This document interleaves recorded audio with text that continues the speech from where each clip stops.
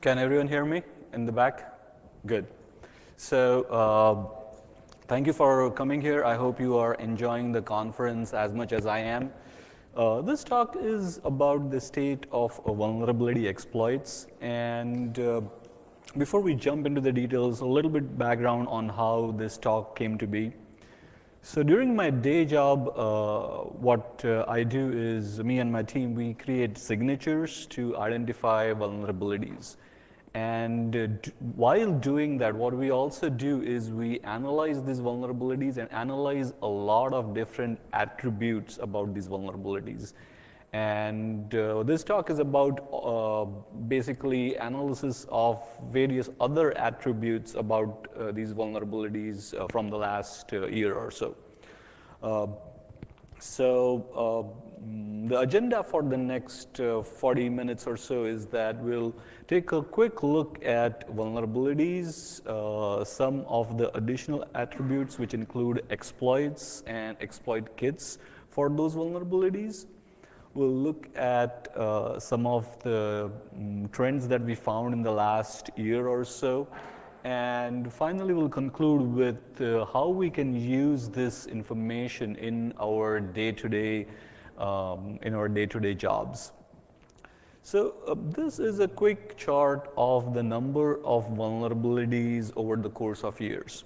Now again, not to confuse, these are unique vulnerabilities for commercial software. So these do not include any of the vulnerabilities that are in custom software or in custom web apps. So to give you an example, this would include, let's say, an Apache vulnerability, a PHP vulnerability, a Word vulnerability, and Adobe vulnerability.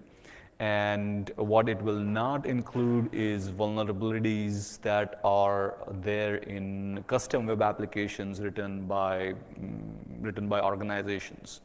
So is everyone clear with this definition? Because I don't want there could be a misunderstanding about vulnerabilities and where these numbers are.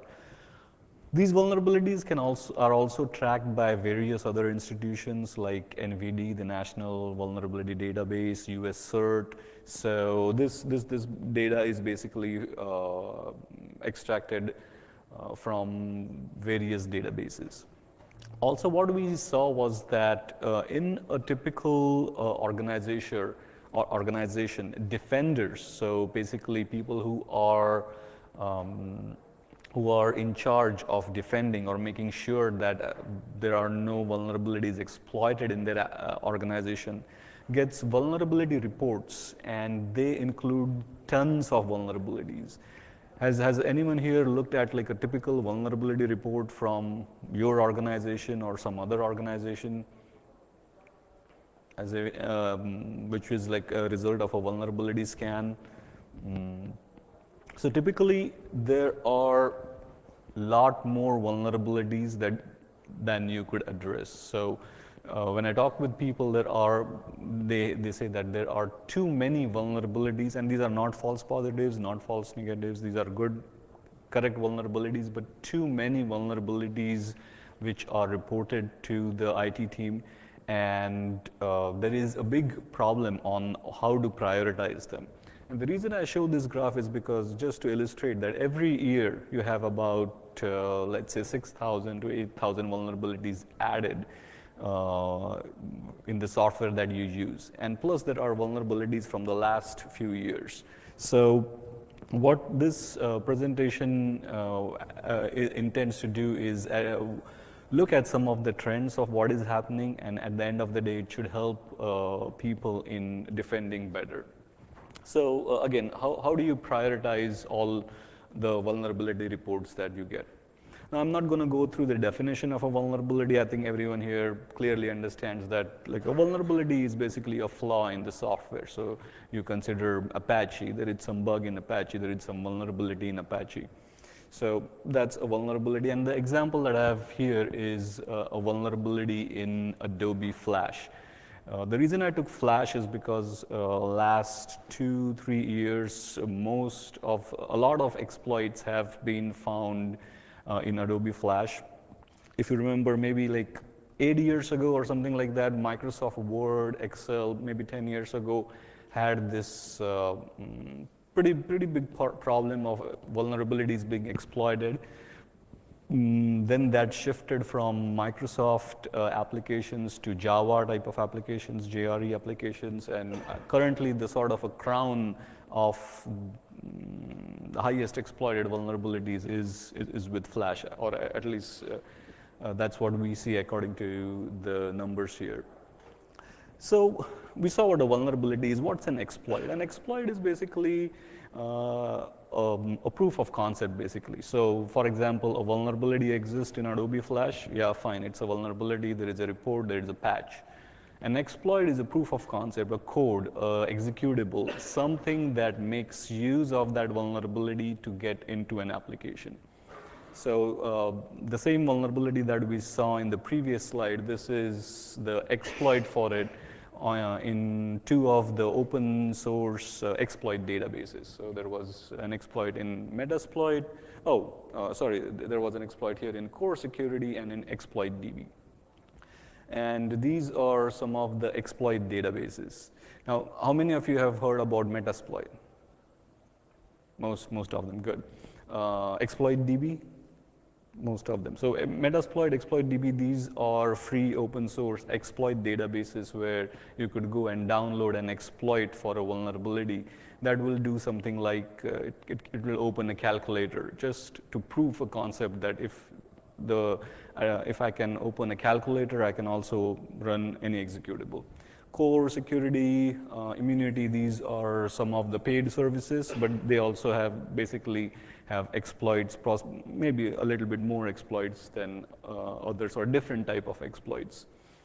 So, okay, so there are these 3 important concepts that we are going to look at. We already looked at vulnerabilities that you all are familiar with. We already looked at exploits, which are again written by white hat community, by researchers.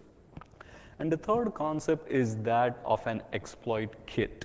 Now, how many of you have pretty familiar with exploit kits? So exploit kits, and that's a good number actually. So exploit kits are basically malware toolkits written by malware writers, which can help other malware writers in creating basically malware. So these days, if let's say I'm a bad guy, I don't have to be really technically savvy to understand vulnerabilities, to understand shell code, to understand how to get inside a box, how to do a RCE, remote code execution of my shell code. I really don't need to be that technically savvy. All I need to do is have contacts or buy exploit kit code, or have my code hosted by one of these exploit kits. So you can think of exploit kits as cloud-based services for bad people. So they are either cloud-based services or they are toolkits that you can just download and put on your web page. And this is, let's see how these exploit kits work really quick. So on the left-hand side, you have your PC, the PC of the victim. When the victim, let's say, clicks on a bulletin board or on a Facebook link or something which is posted by the malicious user, it gets directed to, let's say, a malicious page. Now this page, let's say I am an attacker, and I'm not a very technically savvy attacker. I have just written a program to, let's say, record all the keystrokes on your machine. Okay, this is just a program, a normal program which records keystrokes. It does not know how to infiltrate your machine. It does not know how to attack your machine. It does not know how to get on your machine. It's just a program. You can download it, you can run it on your machine, and what it does, it basically, let's say, just records keystrokes. So as a sort of a dumb attacker, I have written this program. So when the innocent person clicks on a link, it goes on my web page. But what I have done is I have included an exploit kit in my, embedded an exploit kit in my web page. So basically what happens is the request goes to the exploit kit hosting provider, Now these are bad guys. These are exploit kit hosting providers, and they basically take care of finding what operating system is running on the machine, what browser is running, what version of browser is there, is the browser vulnerable, what are the various plugins running into the browser, are the plugins vulnerable, is Flash plugin installed, is Silverlight installed, and after determining all this, they basically that exploit kit will give that type of will execute that type of exploit. If they, let's say, find you have Adobe Flash or Silverlight version this which is vulnerable to a certain thing, they would run this exploit and take my keyboard, take my program which just records keystrokes and cause the remote code execution and basically install that program on your machine. And then that's how you get the exploit. By the way, this is a pretty good screen capture. It's from Microsoft, and the link is down here. So if you want to review it later, you can just go to the Microsoft link here. I'm really bad at drawing images, so I just take it from places. So essentially, that's how an exploit kit works, which enables sort of not very technically savvy malicious users to put their bad code on masses, on large amount of machines. As you can see, these URLs, they change constantly, so it's not like there's always like a cat and mouse game of they take down people who try to find these exploit kits, try to find which countries they are located in, try to find the authorities and take the URL down, and then again, once the URL is down, it pops up somewhere else in some other part of the world.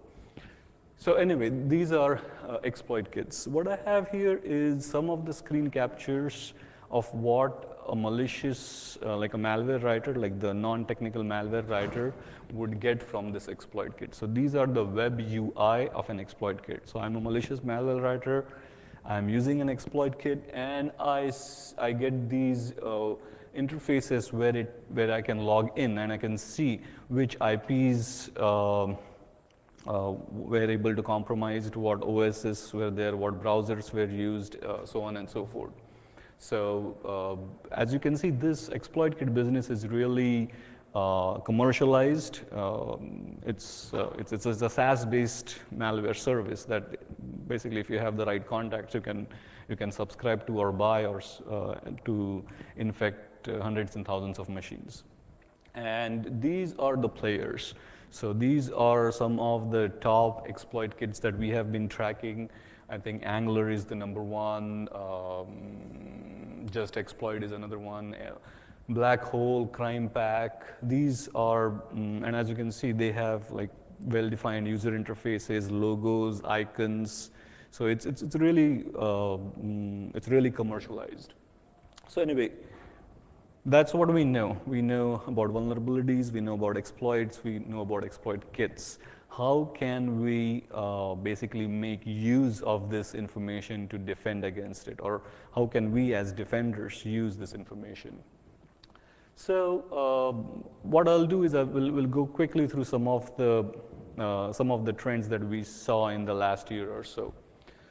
Most affected vendors. So this chart shows for which vendor most exploits were written in the last year. And this was not much of a surprise for us. It was Microsoft was number one, followed by Adobe, Apple, Oracle, and then there are like various small vendors in the others group, which is the 50% or 55% of the group. So we were like, okay, Microsoft is the vendor which has the most amount of exploits written. What happens basically is that the reason I think Microsoft is number one here is traditionally lots of machines have Windows and Microsoft software. And also because, let's say, next week is Patch Tuesday. How many of you get involved in Patch Tuesday, in patching, and at least your machine must be rebooting on Patch Tuesday, right? If you are using Windows. So there is a race after Patch Tuesday, as in One, attackers can go and try to find new vulnerabilities that even Microsoft or no one knows about. That takes some time and effort. But an easier thing that people do is that after a patch is released, attackers start immediately binary diffing what was patched. So diff the patched DLL versus the unpatched DLL and try to find out what was patched and therefore find what the vulnerability was. So Patch Tuesday, I mean, it is a big thing in IT because they have to install patches, but also what happens is attackers, they immediately start to do this binary diffing, try to find out what the vulnerability was fixed, so that they have a certain amount of window, because not everyone patches the same day or same week or not even the same month. So they have this window of opportunity where in like 2 or 3 days, if they are able to find out what was patched and what the vulnerability was, they can implement those vulnerabilities or weaponize them into exploit kits. So only about 26% of exploits targeted operating systems. So out of all the exploits that we studied in the last year, most of them targeted applications. Now this doesn't mean that if you are a person from IT, a defender, if there is an OS patch, you just ignore it. It just gives you a sense of priority on if you have only one person to do the patch, and if you have certain OS and certain applications. Traditionally, we saw more applications were targeted. Local versus remote exploits. So on Metasploit, Exploit DB Core, in all these exploits, there are a lot of exploits that are local and which require physical access. I mean, either physical or logical, but access to the machine. The attacker has to be logged into the machine first for the exploit to be successful. These are mostly elevation of privilege type of exploits where you need lower privileges and the exploit puts you or gives you higher privileges. While a remote exploit usually doesn't require any type of access or can be done remotely with little access. So what we saw was about 80% of exploits were we were able to do. They were able to compromise machines remotely. So what are all these trends? How can they help us? And before going there, these are some of the, I don't know if they are readable, but some of the examples, some example CVEs of local versus remote exploits. Most of the local exploits are kernel EOP or kernel elevation of privileges type of exploits. So when we looked at the data again, what we saw was that yes, Microsoft was the #1 vendor which had the most exploits. But most of those exploits were local. So if you look at the remote chart, Microsoft is small here. And if you look at the local access, Microsoft is big here. In the remote chart, Adobe is bigger. So what that basically tells is that more remote exploits were found in Adobe than in Microsoft. So this can be, again, one tool of prioritization is that, yes, as an IT person, I want to make sure that all vulnerabilities are squished, all patches are installed. But from at least talking with people, talking with customers, we know that prioritization is the #1, the most difficult thing that most people find, because in a typical vulnerability scan of a network, there are so many, tons and tons of vulnerabilities found that people, even larger organizations, just simply don't have resources to fix them. So what, and as I said earlier, these some of these things can be used in combination, as we will see later, to do this prioritization. Another thing is lateral movement. So we also studied what's the potential of lateral movement on a vulnerability. As I said, I'm not very good at drawing things. So this is from Trend Micro, and the link is below here. So I think everyone knows what lateral movement is, right? It's basically once an attacker compromises a machine, what can he or she do? Like how can they move laterally into the organization and try to either infect other machines or try to find out information on machines in the neighborhood of the machine that is compromised. So these are just some examples. Again, I'm not going to go through them, but some of the vulnerabilities had a high lateral movement where the potential of the impact of that vulnerability was so high that the attacker could move laterally, while some of them have low lateral movement.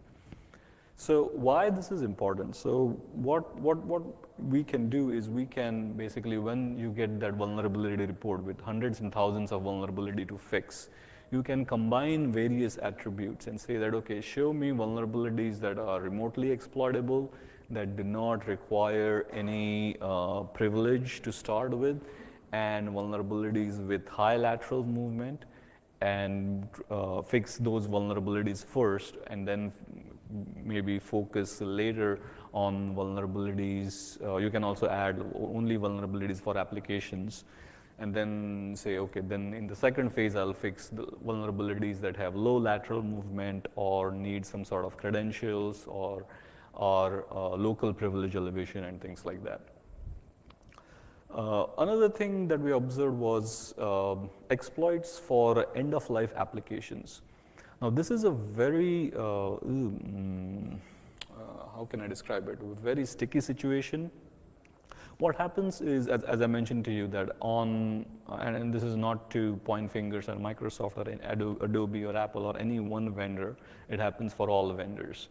When a patch is released, attackers start diffing the patch with the unpatched components to find where the vulnerability was, how can I attack it.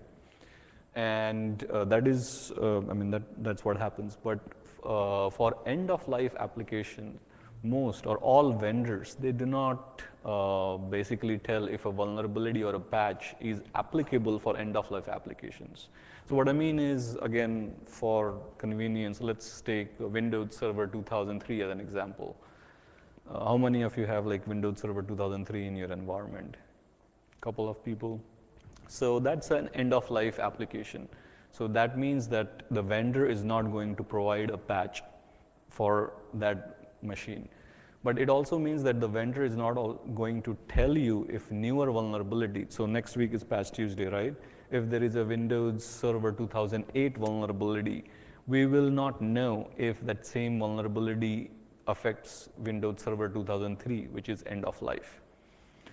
The bad part about it is that attackers don't care.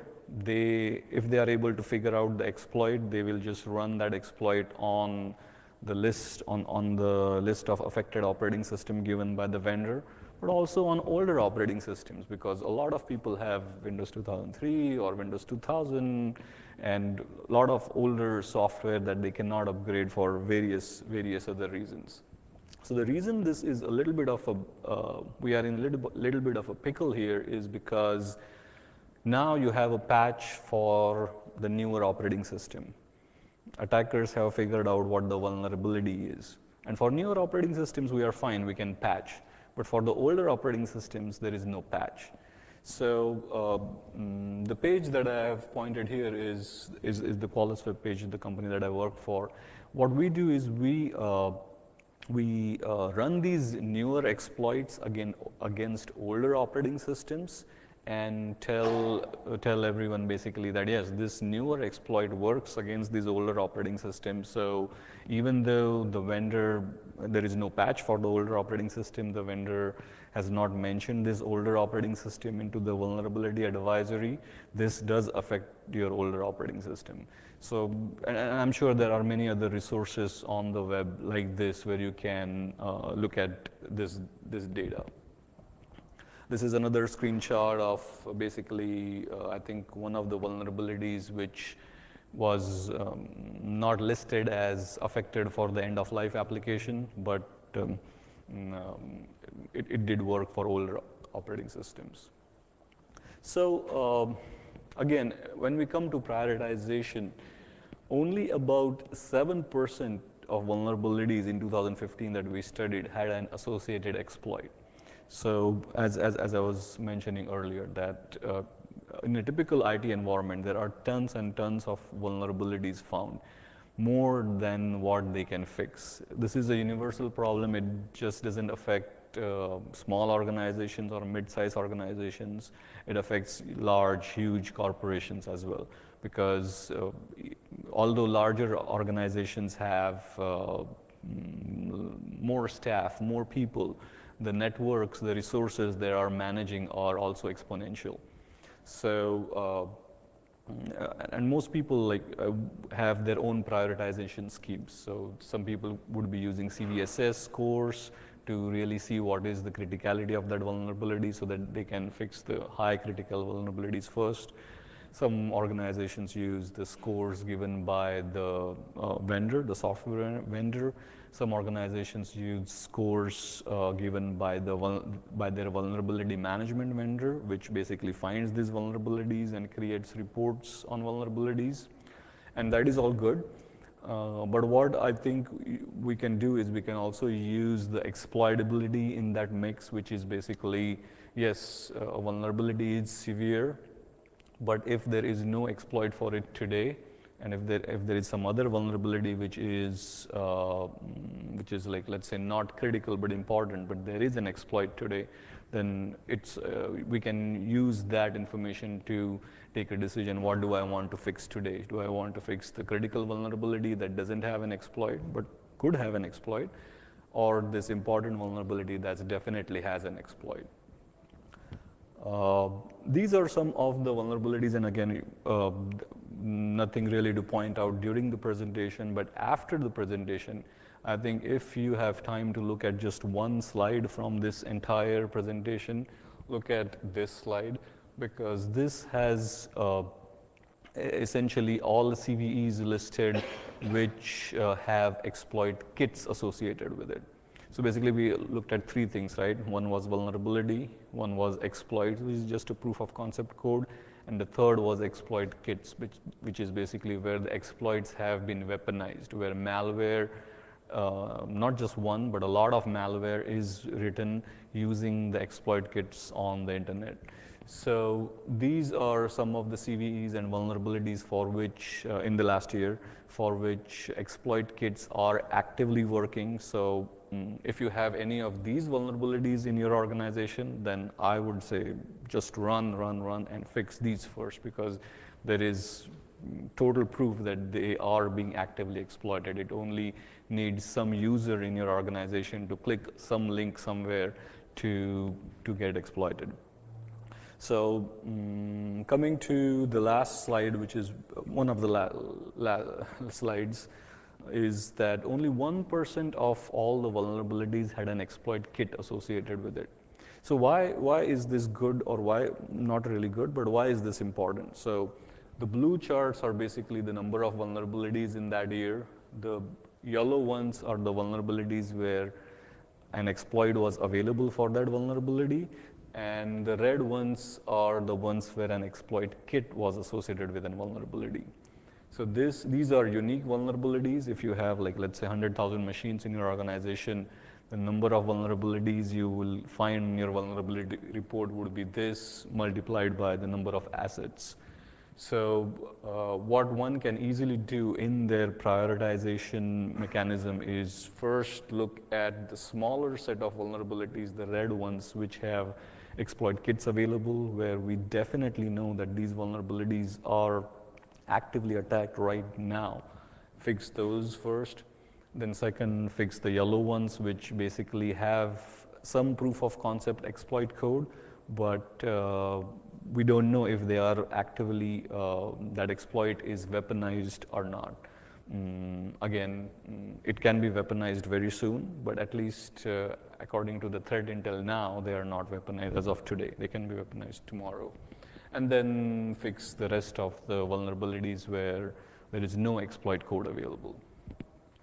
So what can we do from all this? I think a lot of people that we talk to, they have issues in simple things like inventorying, in sort of finding what applications are installed in their organization and what versions are installed in their organization. So what we can, I mean, if you want to take home some to-do notes from this talk, what you can do is in the next week or so, try to find applications from that slide that I showed you, and try to find if your organization has any of those applications and the versions that are currently being exploited by an exploit kit. Try to find which end-of-life applications exist in your organization for which exploits are working, and since they are end-of-life, there is no patch. So that's the sticky situation that I talked about. Vulnerabilities with working exploits and vulnerabilities that can be remotely compromised. So if you are a defender who basically has this in their job profile, is to basically defend their organization, and you look at vulnerability reports on a day-to-day basis, these are some of the things that you can do for prioritization. In the next month or so, as I mentioned, the EOL applications are really tricky, because the reason most organizations have end-of-life applications are because they cannot be upgraded, and it is hosting something very important. So a lot of SCADA type environments, industrial control type of environments, like factory floors and things like that, we have seen Windows XP, Windows 2000, which is being used to control the conveyor belts on the factory floor, in the electrical grid systems. And a lot of these SCADA or ICS type of applications have these older applications. The only advice here is try to upgrade them as soon as possible. And patch all the vulnerabilities that have the exploit kits or exploit packs available associated with them. And in the next quarter or so, try to see if a lot of these applications where exploit packs are associated with, are they really needed or essential for your organization? So we did this like a small experiment where we basically uninstalled the Adobe Flash Player from some of the users in just my team. I cannot do this company-wide, and just asked them to do their day-to-day work. And a lot of people were able to do it. There was no one really complained. Some users, they did basically lost some functionality. But I think this is ultimately in something that you have to decide whether certain applications are really essential. And typically applications like Adobe Flash, which are right now really being exploited left and right by these exploit kits. So with that, I will open up for any questions that you may have.